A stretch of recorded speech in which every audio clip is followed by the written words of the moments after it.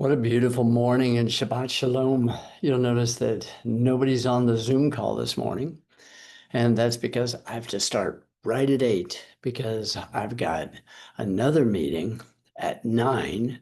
Then I've got a Zoom call at 10:15. Then I've got, well, today is going to be like boomity, boomity, boomity, boom. Everything's going to be right on time. And you know me, I love to be on time. Shabbat Shalom. Today, September 13th, almost halfway through the month, and we're 10 days away from Yom Teruah. We are 20 days away from Yom Kippurim, and we are 25 days away from the Feast of Tabernacles. Wow. This morning, I was doing some prophetic visioning as I was coming here to the Banker's Brew coffee shop. I was able to get a room back here where I was completely quiet. I didn't have to worry about nice swaying music playing over my head. It's all going to work out perfect. I'm really glad for that. This is the Torah portion, Ki Tavo. Ki Tavo, when you come into the land. I want to take you back to Deuteronomy chapter 26, where this Torah portion begins in verse 1. And I want to take the concept of the first fruits and I want to make it personal and applicable. And I want to help us think about how do I really live my life today? And am I living my life shackled by the things of my past? Or am I living free from the things in my past? And if I'm living free from the things in my past, then am I moving in the direction that says I'm going to bring forth great fruit? I think you'll understand here in a little bit. But we have to begin with that question because inquiring minds do want to know. The question is, am I shackled by my past in my present? Because if I'm allowing my past failures, setbacks, faux pas, mistakes, if I do that and I'm projecting them into the present, which is not reality, then it's going to predetermine my future because subconsciously that's the way I'm going to think. In Deuteronomy chapter 26, as Moses is giving we've got 4 weeks left in the Torahs in the study of Deuteronomy.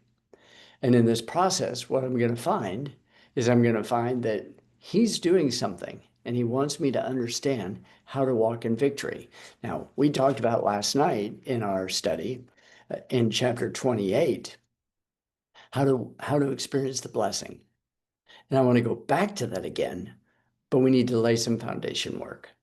So in chapter 26, he tells us here, it shall be when you are come into the land which the Lord your God gives you for an inheritance and possess it and dwell therein. Now remember, the whole reason why he took us out of Egypt was to take us into the promised land. That was the entire purpose. And the one stop that was guaranteed to have to be there in order to know how to serve the Lord, worship the Lord, was Mount Sinai. So we know that from Exodus chapter 3, verse 12. We know the reality of that in Exodus chapter 19. And all we have to do is read the Tanakh to recognize that they did get into the promised land through the book of Joshua. And they did accomplish their task. And they entered into the land. They established the land. And everything fell into place the way that it was supposed to fall into place. Now, when we pick up our study here in chapter 26, we notice that there's the promise. And the promise is when you come into the land. When you come into the land. It's not if you come into the land, it's when you come into the land. The challenge is that we know that there was an entire generation that was promised the land, but they didn't go into the land. And the blessings that are given in chapter 28 are in relationship to the land. So what happens if I walk in disobedience? Well, then I forfeit the land. I forfeit the inheritance. So in Deuteronomy 26, verse 1, we need to understand there is a promise when you come into the land, ki tavo, when you come in. When you come into the land, then you're going to see the Lord is going to provide all the things that you need in order to be able to bring forth fruit. Look at verse 2, and I use the word fruit to put that in the back of your mind to help you understand even what I'm learning at this seminar that I'm going through with Pastor Chuck and a group of other people. We're recognizing that a lot of our behaviors today are because we're shackled by something in the past that we don't even know that we're shackled by. And so through special techniques, we're able to have people open up their hearts in the deepest ways and address those topics and literally align their subconscious and their conscious and bring those together so that they can actually function the way that they're supposed to in health, prosperity, blessing, all the good things that come with it. The problem is that most people don't really know what it is that they're shackled by because we've been inundated with the gobbledygook of this world over and over and over and over and over and over again. So now in chapter 26, verse 2, notice what he says. He says, "And you shall take of the first of all the fruit of the earth, which you shall bring of your land, that the Lord your God gives you, and shall put it in a basket, and you shall go into the place which the Lord your God shall choose to place his name there." And we've already talked about this reality of where God places his name. He places his name in Jerusalem. Now, ironically, if we want to spiritualize it, which I think we're free to be able to do, is that you also are called Jerusalem, God's people. For instance, you may remember in Matthew chapter 23, in verse 38, when Yeshua says, he says, "O Jerusalem, Jerusalem, you who stone the prophets." And you go, wait a minute. You mean the city walls were picking up rocks and throwing them at the prophets? No, it was the people, it was the city. Yeshua made a comment of that in Matthew chapter 5. Matthew 5, verse 16, actually beginning back in verse 13, when he says, "You are the salt of the earth. You are the light of the world. You are a city set on a hill." And a city that's set on a hill can't be hid. "So let your light shine before men that they may see your good works and glorify your Father who's in heaven." Do you see? So there is a physical city that God places his name there, Jerusalem, Yerushalayim. And there is a people that he puts his name there. And there's a new Jerusalem that's coming in the future that he's putting his name on. So this is application in regards to me. So where he puts my name, I want to make sure that I bring the first fruit. But when I bring the first fruit, I have to come back and I have to say, okay, so I just bring a basket of everything that's found in Deuteronomy chapter 8, verse 8, the 7 fruits that are found in the promised land. I'll just go back there and read those for you. He says, picking up in verse 7, but verse 8 is what I want. "For the Lord your God brings you into a good land, a land of brooks of water, of fountains and depths and springs out of valleys and hills, a land of wheat and barley and vines and figs and pomegranates, a land of oil, olive, and honey, a land where you will eat bread without scarceness. You shall not lack anything in that land, whose stones are iron, and out of whose hills you may dig brass. And when you have eaten and you are full, then you shall bless the Lord your God for the good land which he has given you." And so he's not just talking about the physical food, but he's talking about all the other provisions that God gives to you that fill your life, that fill the city, that fill the Jerusalem. But there are 7 fruits in the land that they are famous for, and they're given in a specific order for a specific reason. But now it's time from Deuteronomy chapter 26 to bring my first fruit and to put them inside of a basket and to bring them before the priest and to be able to say, "Here you go." And when I bring that basket, then he's going to say, "Okay, do you just hand it to the priest, or is there some protocol that you're supposed to go through?" The protocol is where we begin our study for the morning. If I continue to keep reading, verse 3, but verse 5 is the verse that I want. Verse 5 is the one. "And you shall go to the priest that shall be in those days, and say unto him, I profess to you this day to the Lord thy God, that I am come to the country which the Lord sware unto our fathers to give us. So remember, the promise was given to Abraham and to Abraham's seed that they would inherit the promised land. Great. So you bring your first fruits, and there you go to the promised land. You say, I've come here today, not based on my own merit, but based on the promise that was given to my forefathers, that we would one day have this land. Verse 4, and the priest shall take the basket out of your hand and set it down before the altar of the Lord your God, the God of Abraham, Isaac, and Jacob, the one that you are in covenant relationship with. Now he goes on and says, and you shall speak and say, before the Lord your God. Now, this isn't just before the priest. This is before the Lord your God. And you'll say, well, what? I have to make a declaration before the Lord my God? Yep. Now, notice what the declaration says. Now, in Hebrew, it reads one of two ways. And the question is, well, which way is it? And the answer is yes. It's both ways. Watch the declaration that you make before the Lord. That you make before the Lord, it says, and you shall speak and say before the Lord your God, a Syrian ready to perish was my father, and he went down into Egypt and sojourned there with a few, and became there a nation great, mighty, and populous. Now, obviously, this is talking about Abram. He was a Syrian ready to perish, but he left the Ur of Chaldees and he went down into Egypt. And as he went down into Egypt, he picked up Hagar. He stayed down there for a period of time. He came back up, and eventually you know the rest of the story. But in this declaration, the question is, well, who else was a Syrian? You may remember Laban. Laban was a Syrian. And what Laban tried to do to Jacob is he tried to destroy him. So when you read the Hebrew text, it could say it one way, okay, speaking of Abram, who became Abraham, or it could be the Syrian Laban was desiring to destroy me, but God spared me. Now remember, the whole point of this morning's study is to go back into the past to reveal any of the types of shackles that maybe at this point I don't even know are there. And I'm going to deal with those. Instead of bringing those with me, I'm now going to release them, and I'm going to look forward to a bountiful harvest in the days ahead.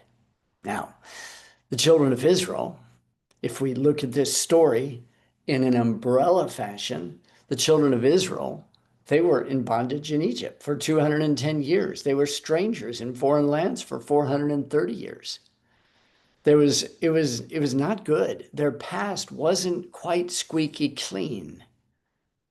But through the work of their Savior, God, he provided for them the means to be able to escape from their past. The problem is that their past was still stuck here. So when they got to the promised land, they still have the memory from the past. But when they go into the land and then they plant and then they bring their first fruit, so let me explain how first fruit was done.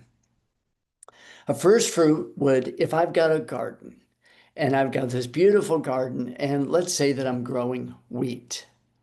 If I'm growing wheat and I notice the first heads that sprout up in my garden or in my field, then I would go take a string and I would wrap it around a bundle called a sheaf.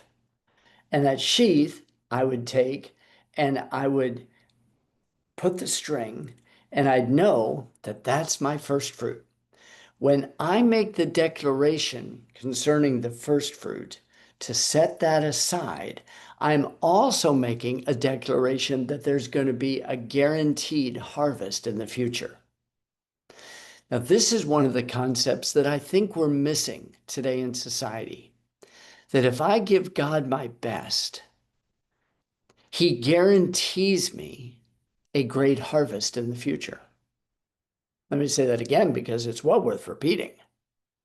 If I give to God my best, If I give to him the first fruits, my bikurim, if I give to him that, he guarantees me something in the future.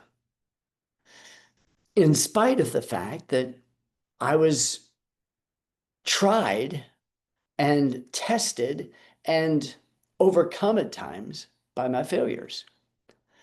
A Syrian was trying to kill me. But the fact that we're here today is a pretty good indication that in spite of my failures, or in spite of my successes, in spite of all of that, you know what God does? God says to me, he goes, "You're here today, Alan. The question is going to be, what are you going to do with me today?" And so in this section, if I continue to keep reading, Moses goes on and he says, the Egyptians, this verse 6, evil entreated us and afflicted us and laid upon us hard bondage. It was not easy. It was difficult. It was a hard thing. We were there. That's not the way it started out. But boy, we kept growing and multiplying, and all of a sudden, things got really, really challenging. And the Egyptians, they hated us. And when we cried to the Lord, which is always the best place to cry to, the God of our fathers, the Lord, heard our voice, and he looked on our affliction and our labor and our oppression. And the Lord brought us forth out of Egypt with a mighty hand and with outstretched arm, with great terribleness, with signs and with wonders. Yeah, you remember the 10 plagues. You remember the blood on the door. You remember the deliverance out of Egypt. You remember the crossing through the sea. You remember the traveling through the pillar of cloud.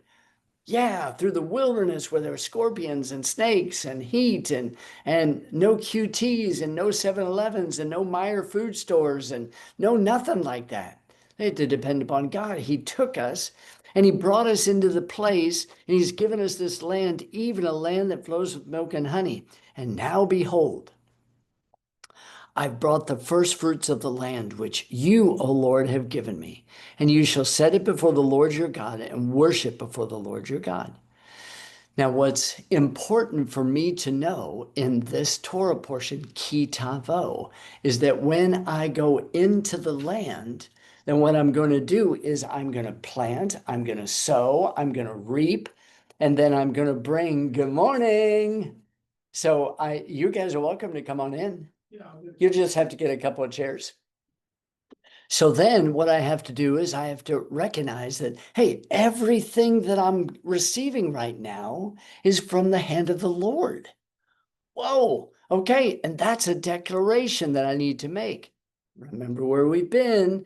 We've been here with the challenge of the past, the challenge of the bondage, the challenge of a Syrian trying to kill us.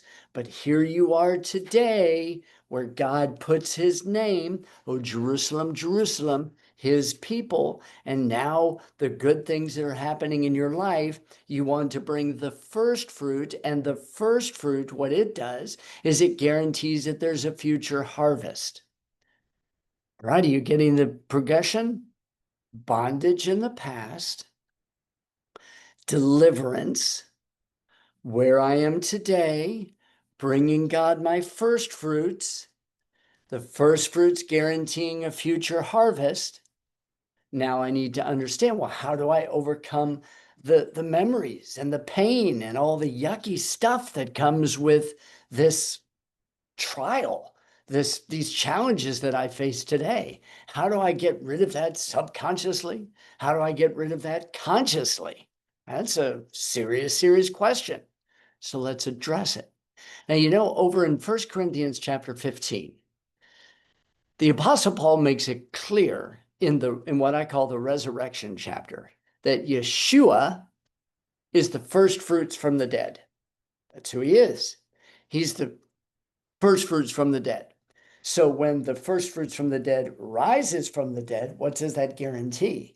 What that guarantees that there's going to be, since there was an individual resurrection, a first fruit, it guarantees that there's going to be a greater resurrection. There's going to be a harvest that comes. When the first fruit's established, when it's presented before the Lord, when the past has been dealt with and you recognize where you've been, okay, I recognize where I've been. I've been here. I was in bondage, but the Lord delivered me out of it. Oh yeah, I've still got the memories of it. Oh, yeah, it still haunts me at times.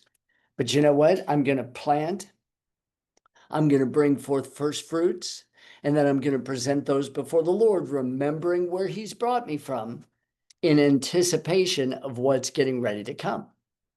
Now, we have learned in this seminar over the past couple of days a kind of a phrase that there's two positions that I can find myself in. I can either find myself at cause or I can be at effect. At cause is a phrase which just means I'm going to take full responsibility for who I am. I'm going to take full responsibility for my actions. And whatever comes, I'm responsible. No excuses. I'm at cause. If I live at effect, then I'm always finding myself making excuses, saying things that, oh, well, if this wouldn't have happened, well, then I wouldn't have had that happen, and all the different types of things. Well, through Yeshua, through his resurrection, what he's done for us is he's caused us, who were once in captivity and once in bondage, what he's done for us is he's caused us to think a little bit differently, at cause rather than at effect. So what Yeshua did was, in this world that we live in, where we have for every action, there's a reaction. For every cause, there is an effect. For every sowing, there's a reaping. All the different things that you know are established laws throughout the universe, all those things, he broke that. He broke it, literally. He broke that rule of sowing and reaping in one realm. And that law of sowing and reaping is actually found over in Romans chapter 8, verses 1 and 2. In Romans 8, 1 and 2, this is what the Apostle Paul, writing on kind of the tail end of the greatest love story never told. In verse 1, he says, "There is therefore now no condemnation to them which are in Christ Jesus, who walk not after the flesh, but after the Spirit." So if I'm walking after the Spirit, there's no condemnation. Now, if I'm walking after the flesh, I got to deal with that gobbledygook. Look at what he goes on to say in verse 2. "For the law of the Spirit of life in Christ Jesus has made me free from the law of sin and death." What does that mean? Because it's obvious that we still sin. All you have to do is look around the world. It's obvious that men still die. So that's a fact. But he's delivered us from the law of sin and death. In other words, what's happening is he's saying, okay, you have this past, and this past wasn't perfect. Oh, maybe the past was full of failures. Oh, maybe you were under the attack of Assyria. Oh, maybe things were bondage in Egypt. But look at what the Lord's done. The Lord has delivered you out of that bondage so that you can start planting seed in the ground to bring forth a first fruit to present before the Lord with the anticipation of a greater harvest coming in the future. Knowing that it was God who delivered you out of Egypt and out of your own captivity and your own bondage. He knows, and you know, and you're making that declaration before your priest. So as you do that and you go through life living out these principles, you say, oh, okay, so I'm bringing my first fruit. Now, that concept right there should take you back to the book of Leviticus. In Leviticus chapter 23, verse 15, where Moses is giving us instructions concerning the feasts of the Lord, beginning with the weekly Sabbath, then going to Passover, unleavened bread, and first fruits. I wanted to pick up in verse 15. Now, I wanted to give you the concept of first fruits so that this Torah portion makes even more sense to you. In verse 15, he says, "And you shall count unto you from the day after the Sabbath, from the day that you brought the sheaf of the wave offering, your first fruits offering, 7 Sabbaths shall be complete, or 49 days. counting 1, 2, 3, 4, 5, 6, 7. There's one Sabbath. 8, 9, 10, 11, 12, 13, 14. There's a second Sabbath. And going to 21, 28, 35, 42, 49. And after 7 complete Sabbaths, then what God does, he gives you Shavuot. He gives you Pentecost. Now, Shavuot is considered to be like the 8th great day of Passover. So Passover, first day, we were really celebrating unleavened bread, 7 days. And then the 8th day is really Pentecost. The 50 days in between, or the 49 days in between, they're all connected.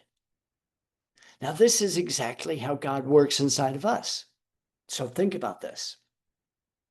In relationship to who we are, I've identified with the death, the burial, and now the resurrection of Yeshua, the Messiah. I've identified with that. And now that I've identified with that, and I've been buried with him in baptism and raised to walk with him in newness of life, then because I've identified with him, who is the first fruits, then I'm guaranteed of being a part of the greater harvest in the future. But in order to be able to understand that, there's a 50-day process before the power of that Spirit is manifested at Pentecost on that 50th day. And so there's a 49-day count. And the reason there's a 49-day count is because the way that God's designed our souls is our souls aren't just like this animated whatever. There's actually 7 different layers to your soul. And each one of the weeks is designed to rectify and to deal with some of the areas inside of my soul that I haven't dealt with, that maybe I didn't know how to deal with. And so with every day, there would be a new offering brought before the Lord every day for 50 days. The first fruit has already been established, but now I'm just saying, God, I know you're the one who sets me free. You're the one who accomplished these great works for me. So I want to show you how I want to be conformed and transformed in the image of your dear Son. So for 50 days, what they're going to do is they're going to lead up to that time of the Spirit, when the empowering of the Spirit comes. The first fruit's already been given.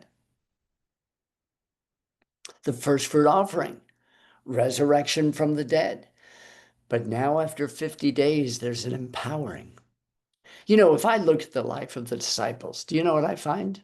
I find men who are fishermen. And I find men who, great, they were fishermen, fantastic. But you know what? After Pentecost, they weren't just fishermen. Those guys were dynamic, powerful, turned the world upside down guys. You know, I think of the Apostle Paul, who originally was named Saul. And I think about him and I go, you know, his past wasn't really too squeaky clean. I mean, he was really obedient in the things of the Torah and the oral law, and he felt like he was doing everything right when he was persecuting the believers, and he was putting them to death and putting them into prison. But you know, after Pentecost, he ends up having this amazing encounter with God, falls off his high horse, and the rest is history. You see, the laws of sin and death are nullified in you through the power of the Spirit of life in Christ Jesus, who's risen from the dead as the first fruits. So if I, as identifying with Christ as a first fruit, by giving to him the best of what I've got, my first fruit, and recognize that he's the one who delivers me out of my bondage, he reveals it to me. And he says, Alan, what are you going to do? I'm saying, well, I'm going to change. I'm going to make a decision. I'm going to go and do the things that I need to do. When I make that decision, guess what happens? Then through a process, I'm set free to have victory over sin and death, and anticipating the next great event, and that's the resurrection, which is going to be a beautiful, beautiful reality. So keep the first fruit in mind. Now let me take you back over to chapter 28, where we were last night. You remember, even as I wrote to you this morning in your morning study, just looking at sometimes what can be a really confusing topic. Well, do we keep the Torah? Do we not keep the Torah? Am I justified by the works of the law? Am I not justified by the works of the law? Am I justified by faith? Am I not justified? Am I justified by works? I mean, what is it? Well, you remember how I said earlier, sometimes early in our lives, we have impressed upon us, usually between the ages of 0 to 7, we have impressed upon us all of our emotional stuff, our baggage. Yep. Here I am at the age of 29 with 33 years of experience, and the baggage that I carry was really probably established into my life between the ages of 0 and 7. And so now I'm just beginning to recognize, oh my stars, that's been affecting me this entire time. I got to do something about it.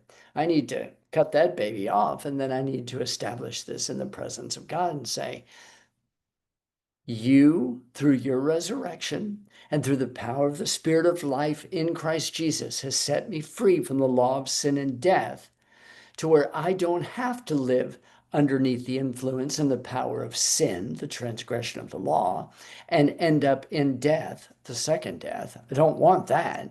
What I want to do is I want to be able to present to you the first fruits to guarantee that there's going to be a greater harvest in the future day. Wow, that's revolutionary. So in this Torah portion, where in Deuteronomy chapter 28, he says to us, if you will diligently hearken to the voice of the Lord your God, to the voice of the Lord your God, which is Yeshua, as we talked about last night, then and you give heed and you keep the commandments, then I will put you above all the nations.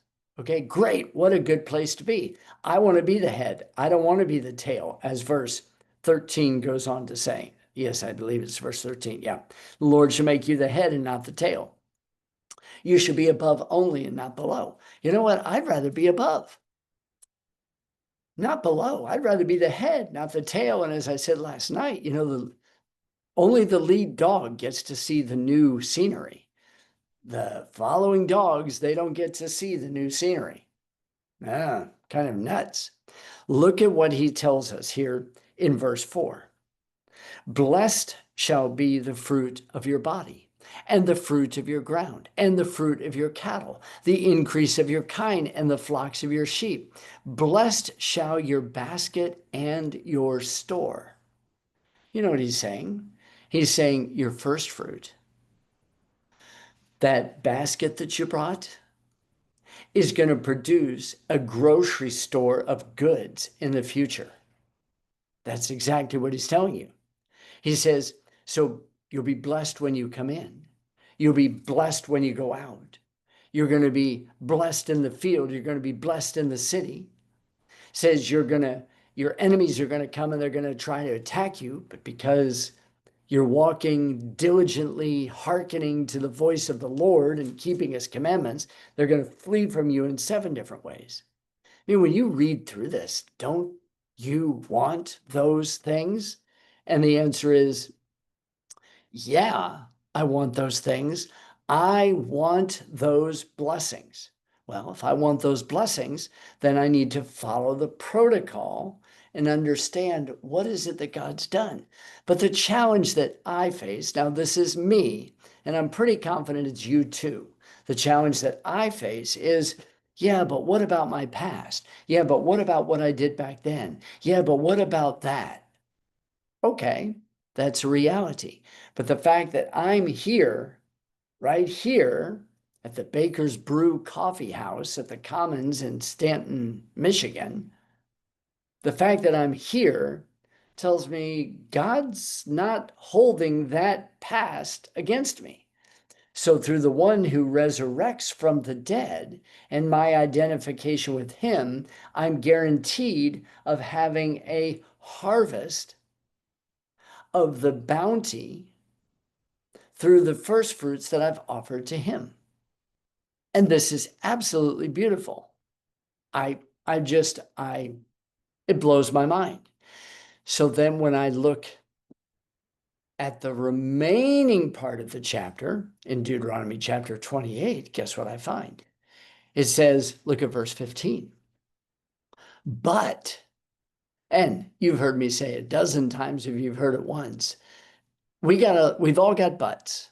And I always joke, some are prettier than others, but we all got butts. And you've got to get your butt out of the way. Well, I would, but I tried, but I did, but honey, you look great, but you've got to take that but and you've got to move it out of the way. But notice what he does in verse 15. But if you choose not to diligently hearken to the Lord, if you choose not to walk in all those blessings, if you choose not to have any of that in your life, it's your choice. It's like God saying, well, which one do you want?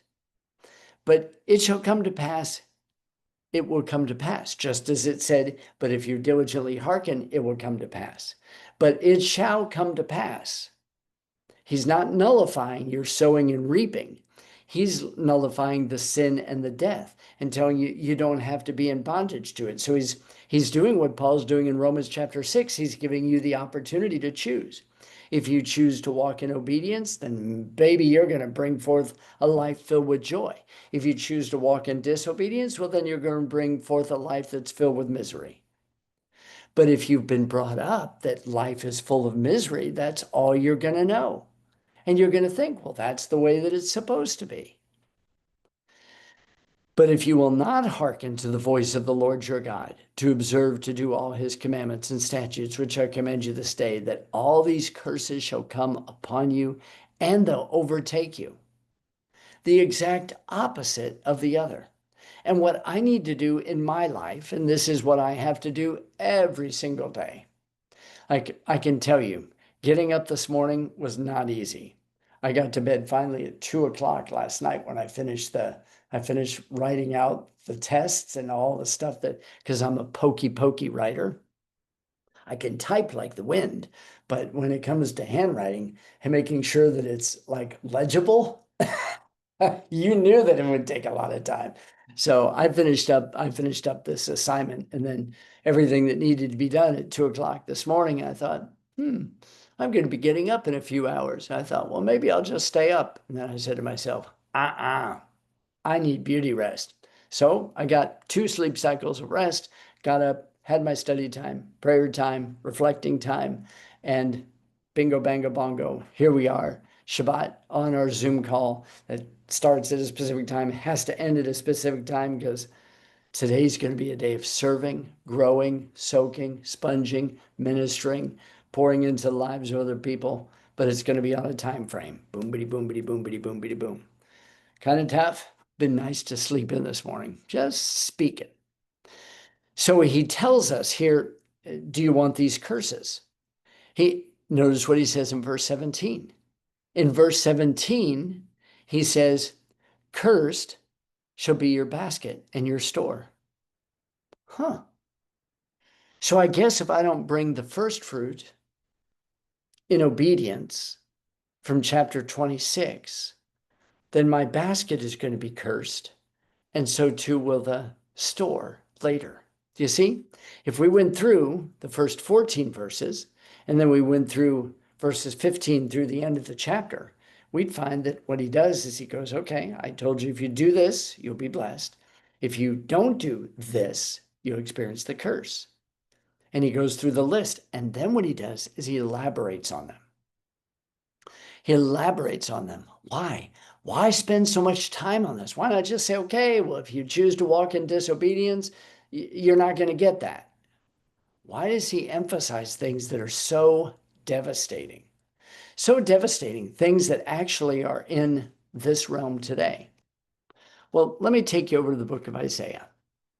Let me take you over to Isaiah chapter 60, because I'm not going to spend any more time on the negative gobbledygook there within that passage. You can read it and then you can say, I see it in society today. We saw it this week in the assassination of Charlie Kirk. And so you're going to see more of it. in the days ahead. It's coming soon to a theater near you. It's not here in the United States, but it's coming, and it's all over the place. Now, for me, I choose not to walk in that. Number one, I'm not afraid. Okay, it's not because if somebody's holding a gun up, it wouldn't have, I'd shake in my boots, especially if it was pointed at me. But I'm not afraid. I'm not afraid to do the things that need to be done in order to accomplish the things that God wants. And I'm not afraid to be obedient to offer him my best so that I get a harvest in the days ahead where I can serve him and worship him and utilize those blessings into the lives of other people. Not afraid of that. And I want the blessing. I don't want the curse. So we pick up in Isaiah chapter 60. Isaiah chapter 60. Arise, shine, for your light is come, and the glory of the Lord is risen upon you. Now, this is going to be important. This is all resurrection talk. Remember, we've talked about the first fruit is a picture of resurrection. And when you identify in resurrection, you die to yourself. You're like that seed, as Lozelle was saying last night in John chapter 12, verse 24, that a seed, if it remains itself, it's just going to be by itself. But if it's buried and it dies, it'll bring forth a harvest. Well, Yeshua was a seed who died, and look at what he brought forth. Your life is a seed. I'm excited about through the death of Charlie Kirk. I can't wait to see the hundreds and thousands of fruit-bearing individuals who pick up the torch and run from where he was. Not just people who are spending their time analyzing it, because I was talking with my guest at the cottage last night when he got in, and you know, all of the thoughts, oh, how did it happen? How did it happen? How did it happen? The only thing that I care about is who's going to pick up the torch. I mean, okay, Kennedy is dead. Somebody shot him. Okay, great. You can spend the next 60 years trying to figure it out, all the different theories. Who's going to pick up the torch? So we become distracted. First fruits is not about distraction. First fruits is saying, I'm giving you my best with anticipation. So arise and shine. Let your light shine. Your light is come. The glory of the Lord is risen upon you.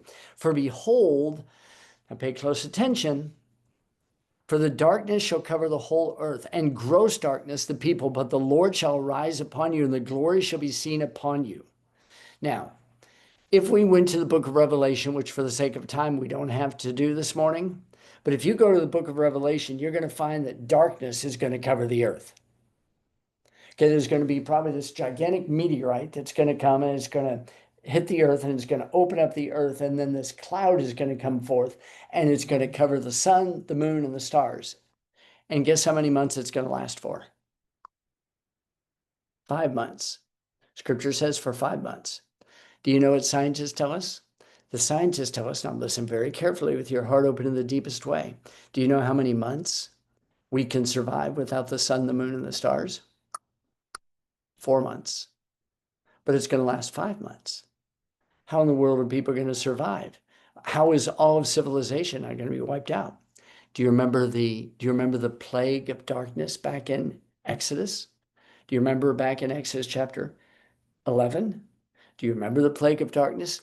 And all of Egypt was covered in darkness, and there was no light in the house. In fact, the darkness was so thick that the people couldn't even move for day after day after day. But guess whose houses had light? Bingo, bango, bongo. You're right. You know whose house had light? God's people. In that coming day, the world's going to be covered with darkness. There's going to be a meteorite. It's coming, and it's going to shoot up the smoke and everything from the earth for 5 months. But there's going to be light in other people's houses. Arise, shine. The light has come. Now, when the darkness hits the earth, the question is going to be, are you going to be living that light? And the Gentiles, look at what they're going to do. Could you imagine if I was walking through a forest and it was super duper dark, and I've got the leaves crumpling underneath my feet, and I hear the wind blowing through the trees, and I hear owls hooting, and the moon is not out. It's cloudy, it's dark, but in the distance, I see a cabin, and there's a cabin light on in the window. What do you think I'm going to do? Stay in the darkness or go to the light? I'm going to go to the light. Look at what he says. And the Gentiles shall come to your light, and kings to the brightness of your rising. Lift up your eyes round about and see, all they gather themselves together. They come to you, to your sons. Your son shall come from great distances, and your daughter shall be nursed at your side. Then you shall see and flow together, and your heart shall fear and be enlarged, because the abundance of the sea shall be converted unto you. The forces of the Gentiles shall come to you. The multitude of camels shall cover you. The dromedaries of Midian and Ephah, all they from Sheba shall come. They shall bring gold and incense. They shall show forth the praises of the Lord. All the flocks of Kedar shall be gathered together unto you. The rams of Nebaioth shall minister to you. They shall come up with acceptance on my altar. I will glorify the house of my glory. Who are these that fly as a cloud and as the doves to their windows? It's you. Do you see the picture of the clouds? For the Lord himself shall descend from heaven with a shout, with the voice of the archangel and the trumpet of God, and the dead in Christ will rise first, and those who live and remain will be caught up together with him in the clouds. These are the clouds. Who are these individuals that fly as a cloud as the doves to their windows? Who are they? They're you. So rise, shine. Let your light, let the glory of the Lord shine. The world's getting dark. It's time for you and I to practice, to offer our fruits, first fruits, so that you can experience the glory of the Lord in the harvest. So when the world goes dark, people are going to look for your house. That's what they're looking for.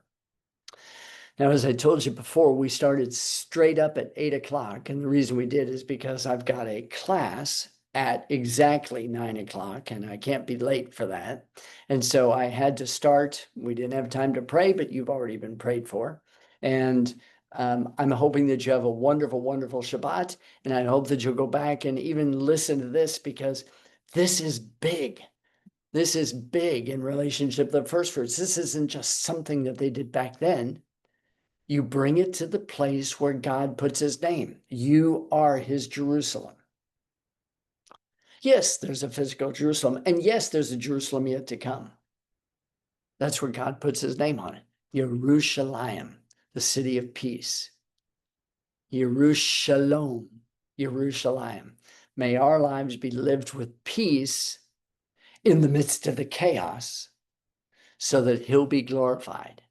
And when you arise and shine, for the light is come and the glory of the Lord is risen upon you. And you say, well, what light is that? Well, the light that you're identifying in Yeshua, the light of the world. For you are the light of the world. So live that resurrection power. And I wish you a fantastic Shabbat. Let me end the call, and for a couple minutes, take any comments or questions that you've got. Wishing you a great, great day.